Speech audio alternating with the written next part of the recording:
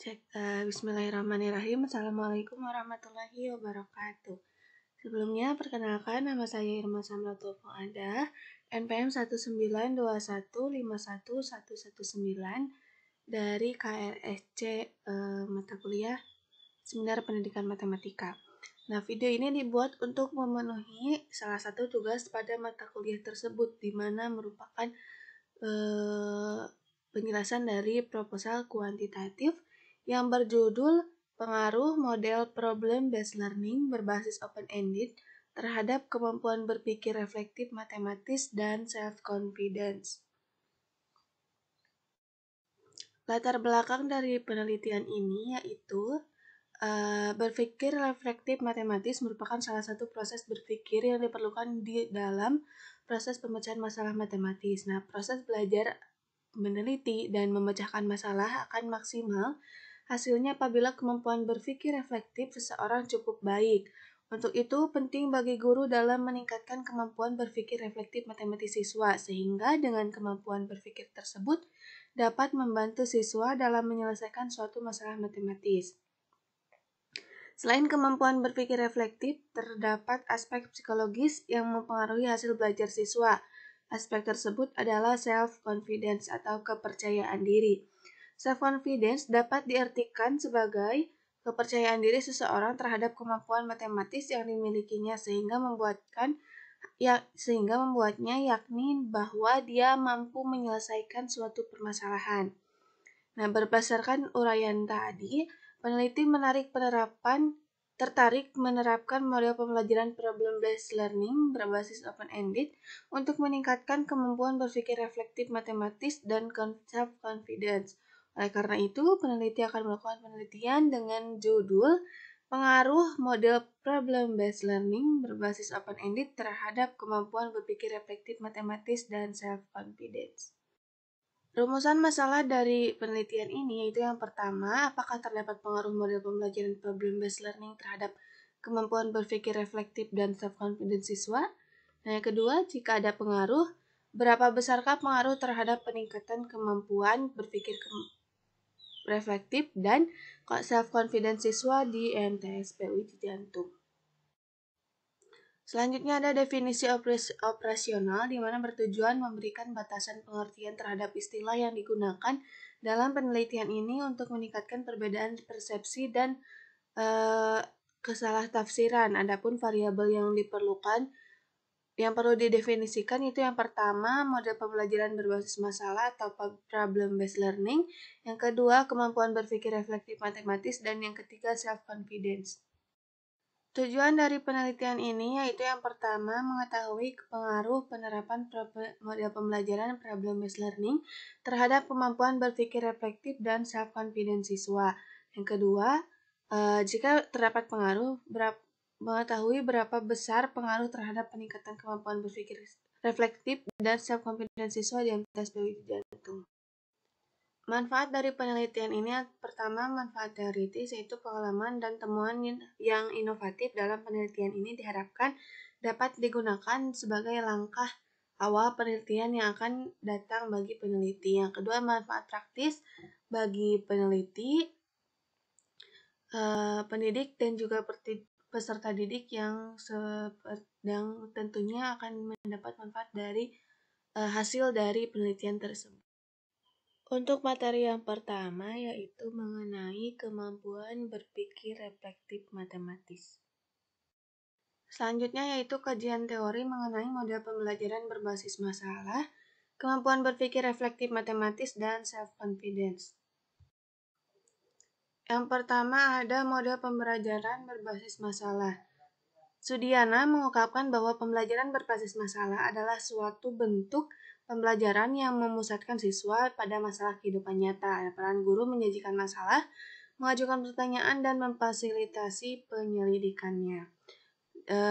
Fase-fase dalam proses pembelajaran berbasis masalah atau problem-based learning ini, yang pertama ada orientasi siswa pada permasalahan, yang kedua mengorganisasi siswa untuk belajar, yang ketiga membimbing pengalaman individual atau kelompok, yang keempat mengembangkan dan menyajikan hasil karya, dan yang terakhir menganalisis dan mengevaluasi proses pemecahan masalah.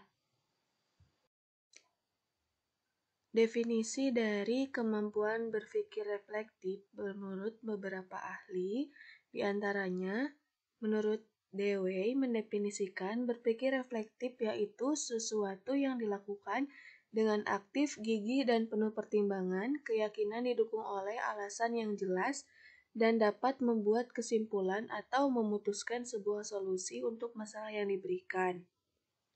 Lalu menurut Taggart, bahwa berpikir reflektif adalah proses dalam membuat informasi dan membuat keputusan yang logis dengan mengingat pengalaman sebelumnya dan yakin kemudian menilai keputusan tersebut.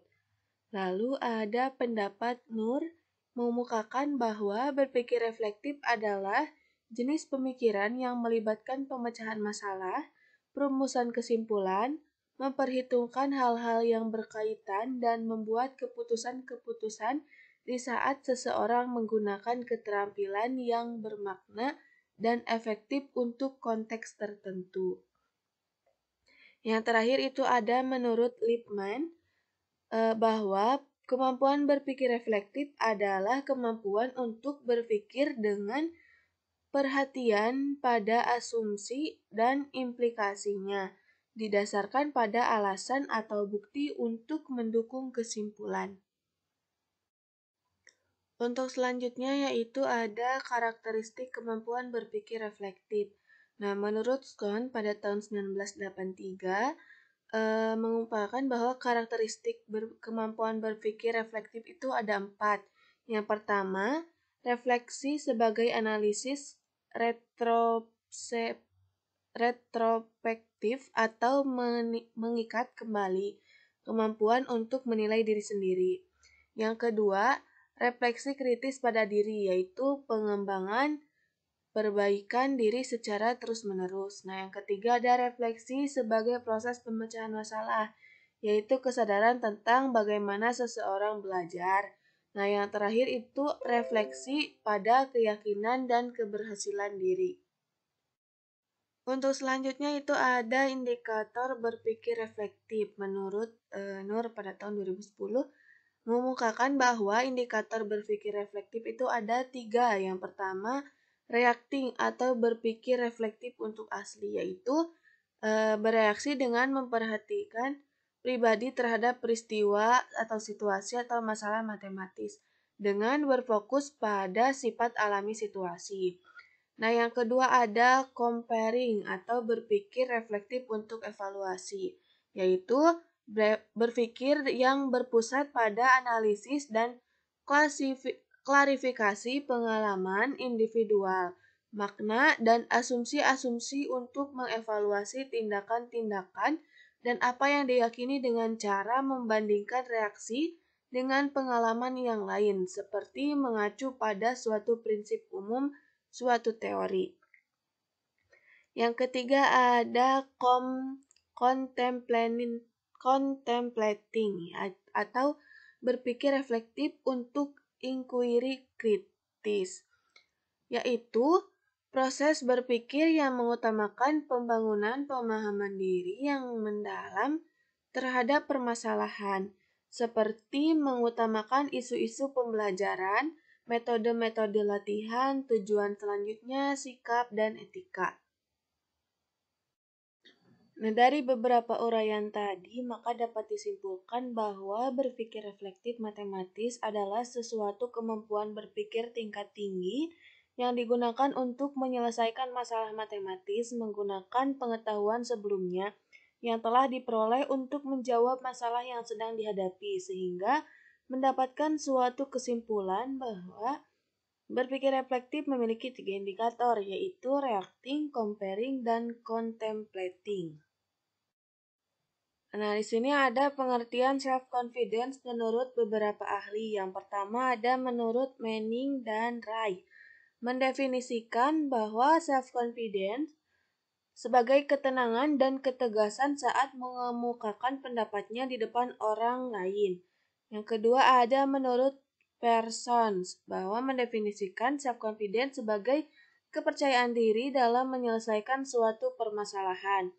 Nah, yang ketiga ada Hakim Dahlan Megawati menjelaskan bahwa self-confidence adalah keyakinan seseorang terhadap segala aspek kelebihan yang dimilikinya dan keyakinan tersebut membuatnya merasa mampu untuk dapat mencapai berbagai tujuan dalam hidupnya.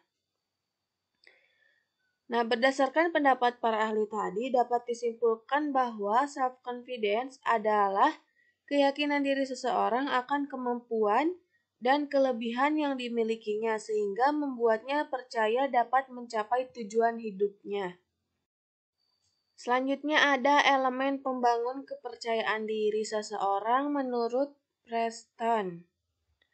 Yang pertama itu ada kesadaran diri, yang kedua menggunakan imajinasi, yang ketiga menegaskan tujuan, yang keempat berpikir positif, dan yang terakhir ada bertindak. Nah, Lauster dalam Megawati mengungkapkan bahwa terdapat beberapa karakteristik dalam diri individu yang memiliki self-confidence, yaitu yang pertama percaya pada kemampuan sendiri, kedua bertindak mandiri dalam mengambil keputusan, ketiga memiliki konsep diri yang positif, dan yang terakhir berani mengungkapkan pendapatnya. Penelitian yang relevan dari penelitian ini yaitu yang pertama ada penelitian dari Elok Waspadani pada tahun 2016 berjudul Penerapan Pembelajaran Berbasis Masalah untuk Meningkatkan Kemampuan Berpikir Kritis dan Self-Confidence, studi pada siswa kelas 8 semester genap SMP Al-Kausar Bandar Lampung tahun pelajaran 2015-2016. Nah, yang kedua Ana Dianti pada tahun 2018 berjudul Pengaruh Model Pembelajaran Problem-Based Learning terhadap Kemampuan Berpikir Reflektif Matematis dan Self-Confidence Siswa, studi pada kelas 8 semester genap SMP Negeri 22 Bandar Lampung tahun pelajaran 2017-2018. Untuk materi yang pertama yaitu mengenai kemampuan berpikir reflektif matematis. Selanjutnya ada metode penelitian. Nah, metode penelitian yang digunakan dalam penelitian ini adalah penelitian deskriptif kuantitatif. Yang kedua ada variabel penelitian di mana terdapat variabel bebas yaitu mengenai kemampuan berpikir reflektif matematis dan yang variabel terikatnya itu mengenai self confidence. Selanjutnya ada populasi dan sampel. Populasi yang diteliti untuk siswa kelas 7 MSPB Jantung dengan sampel sebanyak 2 kelas. Desain penelitian, desain yang digunakan dalam penelitian ini yaitu cross-sectional survey. Yang kelima ada teknik pengumpulan data yaitu penelitian menggunakan teknik tes dan kuesioner dalam proses pengumpulan data untuk penelitian ini. Selanjutnya ada instrumen penelitian. Nah, instrumen bantu yang digunakan dalam penelitian ini terkait dengan variabel dari penelitian yaitu terdiri dari instrumen tes dan non-tes atau kuesioner. Selanjutnya ada teknik analisis data. Untuk menganalisis data, peneliti menggunakan 3 uji. Yang pertama uji normalitas, kedua uji homogenitas, ketiga uji hipotesis, dan yang terakhir waktu dan tempat penelitian. Penelitian ini dilakukan pada bulan Maret sampai Mei 2022 dan bertempat di MTSPB Jantung Ciamis. Sekian dari saya, terima kasih atas perhatian dan waktunya. Mohon maaf apabila ada kesalahan. Wassalamualaikum warahmatullahi wabarakatuh.